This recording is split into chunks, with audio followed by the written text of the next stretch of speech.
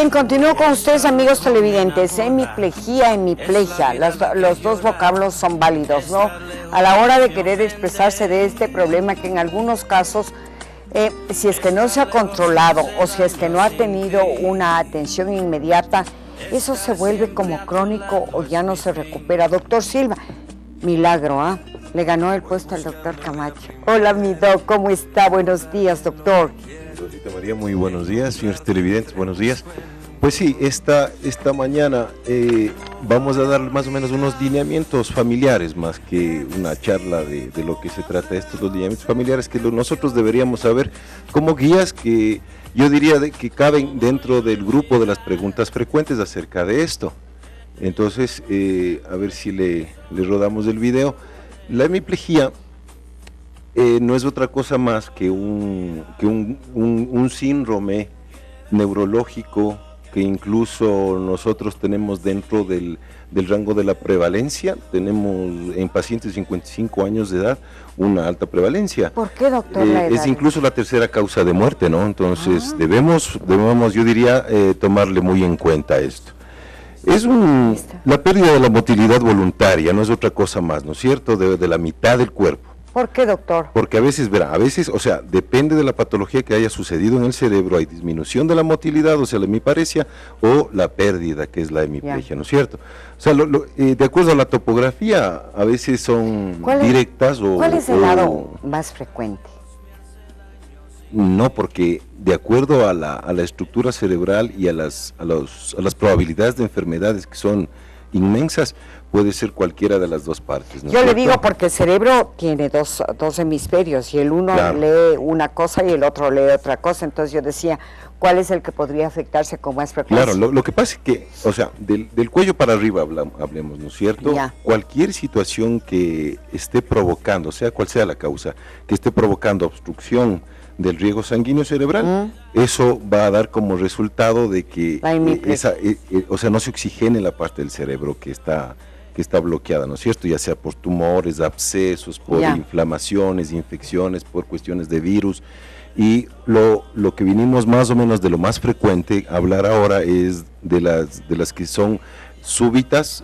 A ver si le ponemos el audio del señor. Pongamos ahí y nosotros escuchamos. La rehabilitación aquí. No podía caminar, no podía moverme, no podía nada. Me traían, mi hijo me traía en la silla de ruedas, pero que no era inútil para todo eso, para que me atienda el doctor. Y luego del tiempo que he venido para acá he recuperado mucho. Primero control de esfínteres, después de eso ya puedo moverme bastante bien y estoy cerca, a punto de caminar. En ese tiempo pues no podía hablar, tartamudeaba muchísimo.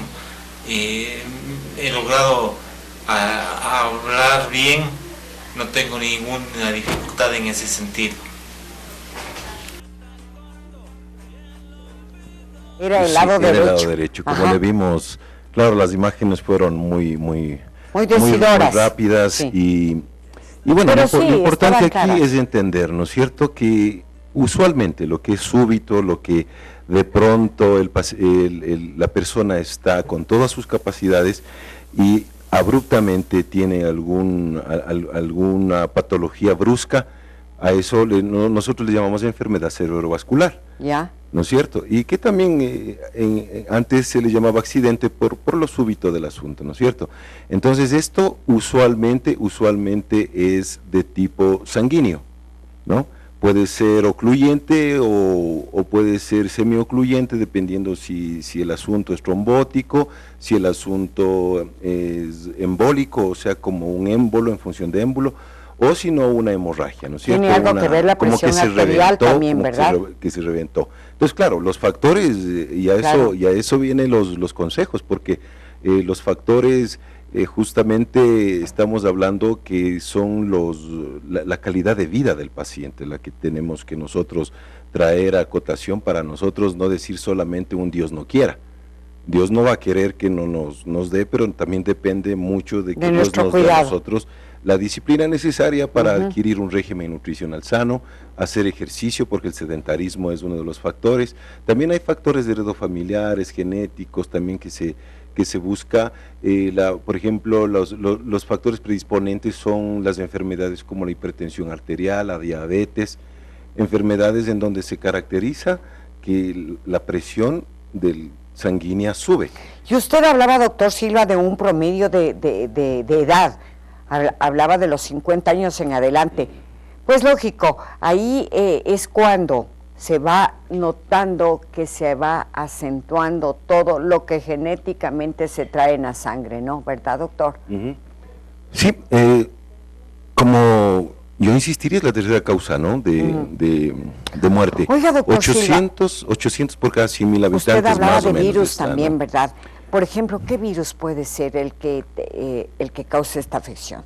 Nosotros tenemos una barrera hematoencefálica, se llama, ¿no es cierto? Ajá. Afortunadamente esa barrera hace que casi nunca ocurra la filtración o el paso de los virus, de bacterias hacia el cerebro, ¿no?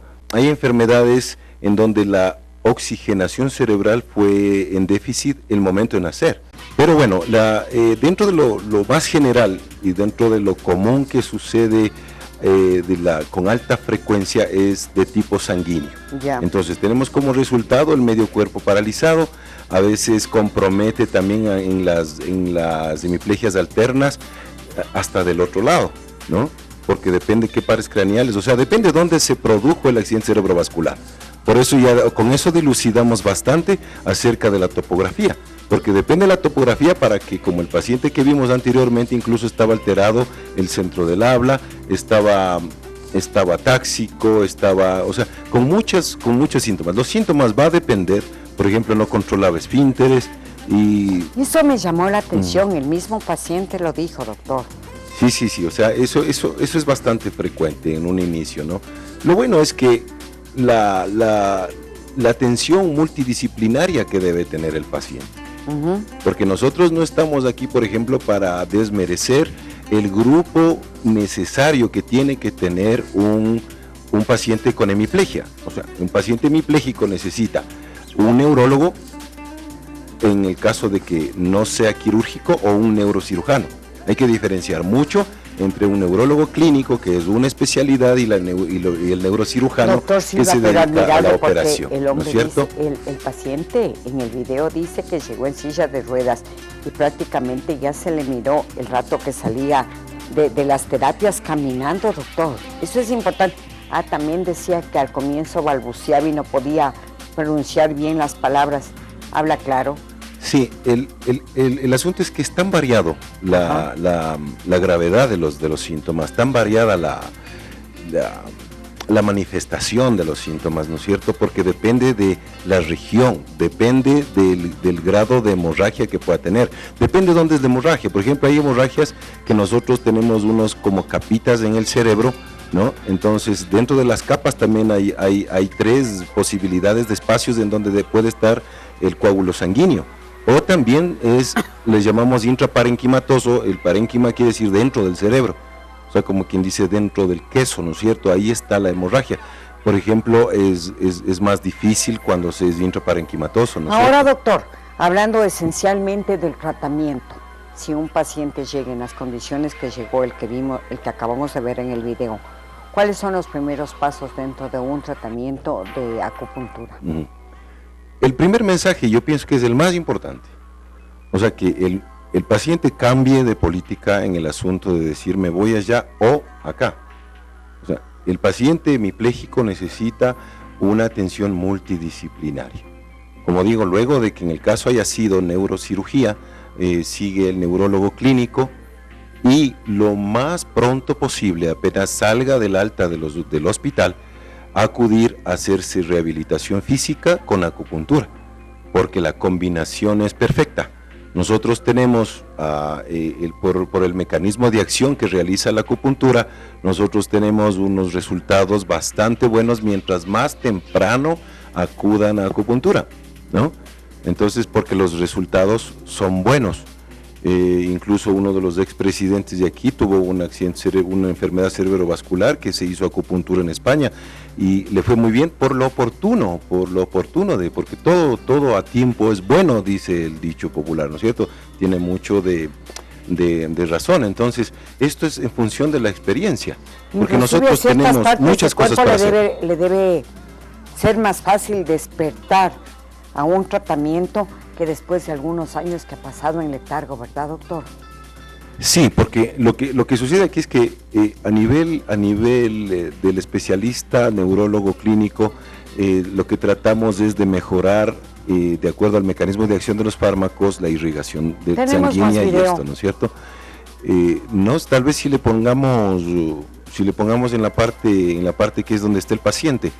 Desafortunadamente, bueno, en la edición le hicimos poco rápido, pero es importante saber, por ejemplo, existen muchas estrategias dentro de la acupuntura mismo, porque hay craniopuntura. La craniopuntura en la medicina china tiene muchísima importancia. Lo que estamos viendo, la moxibustión, esa hierba que se le quema en la cabeza de la aguja, la electroacupuntura. La electroacupuntura acompañado también de rayos infrarrojos. Ahí le vemos, ¿no? Prácticamente. Entonces, la acupuntura, lo que nosotros hacemos es justamente sobre el lado lesionado, ¿no? Ya. Y en los puntos acupunturales que están determinados para mejorar todo el medio cuerpo. ¿Está totalmente insensible el lado afectado, doctor Silva? En muchas de las ocasiones sí. El grado de acentuación va a depender de en qué parte está afectada. No podía caminar, arrastraba pues prácticamente este lado, pero hablemos un poquito del tacto, del movimiento de la mano. O sea, todas las respuestas, cómo responde un ser humano es diferente a otro, ¿no? Sí, al menos en un inicio la plegia es casi total, ¿no? Total. Ahora, por ejemplo, ahí estamos viendo cranioacupuntura. Ese como diadema que le estamos nosotros haciendo pertenece a la línea motriz del lado afectado, porque estamos haciéndole en el lado izquierdo para que el lado derecho pueda estimularse. Porque bueno, ya conseguir que él en el gimnasio logre caminar. Ya, sí, dice mucho. Y como vemos, o sea, vino afortunadamente a los 2 meses. Porque hay pacientes, por ejemplo, que vienen a los 5 años, a los 4 años. Ya creo que es muy difícil. Y el otro mensaje que diría yo, para finalizar esta idea, es que sepamos entender, los pacientes que tienen este tipo de patología, sepamos entender que los déficits motrices y sensitivos de cualquier miembro, el paciente está determinado para toda la vida de tener tratamiento, ¿no? Ya. O sea, ¿por qué razón? Porque si es que, por ejemplo, ya está bien y uno dice, ya estoy bien y ya no me voy, lo que va a suceder no solamente que se estaciona, sino que retrocede.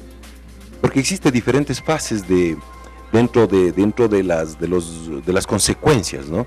Porque si nosotros permitimos que pase a la fase espástica, esto se hace como hierro duro los miembros, y entonces eso determina de que la recuperación sea mucho más difícil, que nosotros hayamos permitido de que por el descuido que tenemos los familiares de no llevar a un tratamiento periódico, subsecuente, y que lamentablemente es indefinido.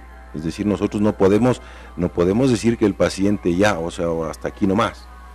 Sea como fuere, desafortunadamente está de por medio el asunto económico, pero hay hospitales estatales en donde se puede hacer solamente la fisioterapia, pero de todos modos el mensaje importantísimo es ese, que nosotros llevemos en la cabeza lo que más frecuente nos inquieta, que hasta cuándo dura esto, doctor. O sea, doctor, usted ha tapado un tema muy importante y muy válido.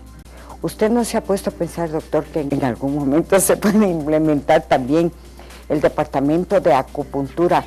Y bien podría dirigirlo usted, porque es algo que ya uno tiene que irse abriendo a estos conocimientos y a estas bondades que brinda la acupuntura, ¿ah? Lo que pasa es que tal vez habrá muchos factores, ¿no? La población de pacientes que acudirían sería tan grande y yo diría, o sea, por la bendición que yo tuve de preparación que tuve de poder salir del país, en base a hacer un posgrado de 2 años completos con beca del IESE, con reconocimiento de la Organización Mundial de la Salud y con la Asociación Mundial de Acupuntura, me va a ser difícil poder comprender de que, por ejemplo, se lleve bien la especialidad de acupuntura desde el punto de vista de adoctrinamiento, de adiestramiento y de tener los regímenes académicos necesarios para eso. Yo sé que hay montones aquí de gente, incluso extranjera, oriental, que detrás de sus restaurantes tiene sus atenciones así, digamos, como medio en secreto, o también médicos, colegas que también lo aplican con un curso por internet o que de estas cosas, ¿no es cierto? Curso por internet, claro, no es lo mismo. Pero el asunto es que, la organización, los métodos administrativos, digamos así, el organigrama que necesitaríamos nosotros a nivel de federativo, a nivel de organización administrativa, digamos, ¿no es cierto? Todavía en Latinoamérica está en pañales, diría yo. Porque, por ejemplo, en la última fase del adiestramiento que nos dieron a nosotros, nos llevaron al Hospital Lincoln de Nueva York. En el Hospital Lincoln normalmente existe un centro grande y muy grande de acupuntura, ¿no es cierto? Y también en Europa y en todos, porque ya está más que comprobado, los últimos revisiones de los journals avalizados con revisión sistemáticas, con todo lo que nosotros querramos de los estudios Cochrane o cualquiera, o sea, es información, es ciencia clase A de evidencia acerca de la acupuntura, que ayuda mucho para el dolor, para la recuperación motriz, ¿no es cierto?, incluso en enfermedades degenerativas, y que mejora mucho la calidad del paciente si nosotros no podemos hacer nada. Entonces, pero el asunto es que el escepticismo lógico que produce de algo que nosotros desconocemos provoca este tipo de entorpecimiento para que pueda fluir la situación. Y claro, yo le considero inaceptable que, por ejemplo, ya hay universidades que están haciendo una especie de curso de posgrado de acupuntura también aquí en el país. Entonces, claro, las cosas no se están llevando bien, hay consecuencias malas, hay mala práctica. Estamos nosotros en medio de una piscina, digamos así, de medicina alternativa, entre comillas, en donde cada quien hace lo que quiere por los provechos económicos. Entonces esto es un desbarajuste, ¿no es cierto? Bien, entonces doctor, va a ser difícil, creo yo. Continuaremos la próxima semana con temas de gran importancia. Qué bueno que estuvo aquí esta mañana temprano el doctor Silva. Pero bien, no se pierdan porque en junio festejamos a papá con la voz del doctor Silva. Bien, vamos a dar la dirección, aunque ya lo pusimos allí, pero nuevamente los teléfonos, y queda en el edificio junto a Cafetería Marcelos, en la calle Castillo y Rocafuerte, ¿verdad, doctor Silva? Sí, estamos en la Castillo 266 y Rocafuerte, el teléfono es el 282-5469, cualquier inquietud nos pueden llamar. Y previa cita también, ¿verdad, doctor? Y sí, en algunas ocasiones, pero de ahí, o sea, sí se tranquilamente. Bien, gracias, doctor, por haber estado conmigo esta mañana.